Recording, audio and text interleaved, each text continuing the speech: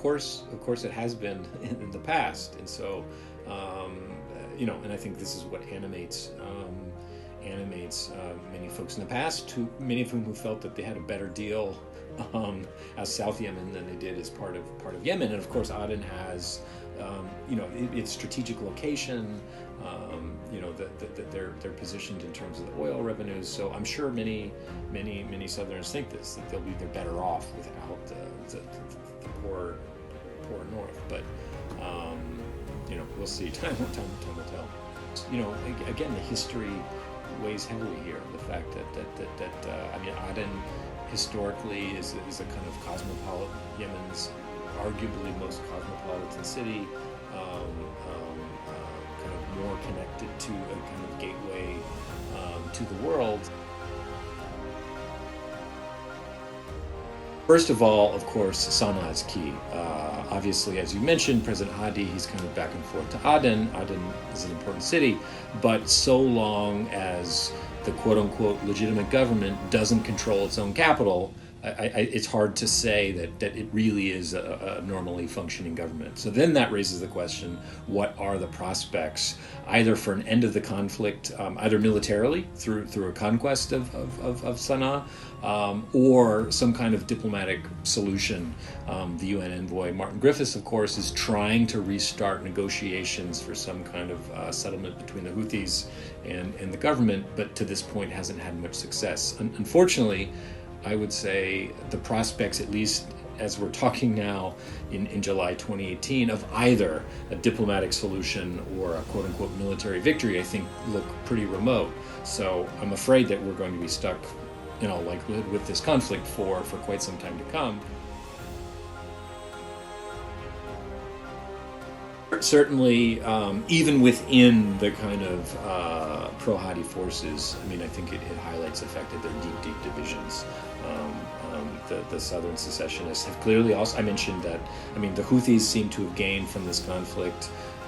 We talked about Al-Qaeda kind of benefiting in some way from this conflict. Clearly, the southern Iraq, the southern secessionists have also benefited from the conflict as well and are stronger. So even after there is some kind of settlement, clearly the forces, these kind of sub-regional forces will.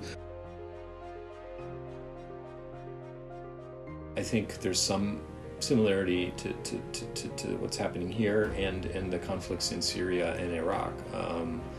Once local groups, whether they're cultural or regional or ethnic or religious, take the Kurds in Iraq, that there was an opportunity between 1991 and 2003 where they established some kind of semi-independent, and now we fast forward region, kind of semi-autonomous region, and now we fast forward 15 years or so, and it's still there. They've held on to that. So I think, given the weakness of in any scenario, let's assume that the pro-Hadi forces are able to kind of either negotiate or conquer Sana'a in 2019. I think it's unlikely, but let's imagine that.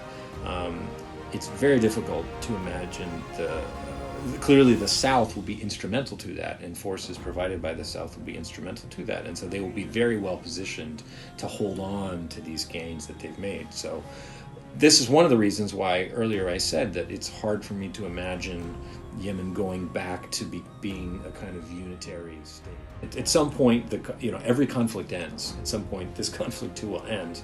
But I would say, at that ending, it's difficult to imagine, at least for me, Yemen having the same governance system after the conflict as it did before. And what that means is, I think, further autonomy. Whether or not Yemen can survive as a single state, I think is in some question.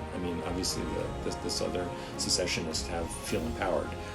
But even if it does remain a kind of contiguous, coherent sovereign state, I think it's clear that Sana'a will play a much different and probably more limited role in the future than it did in the past.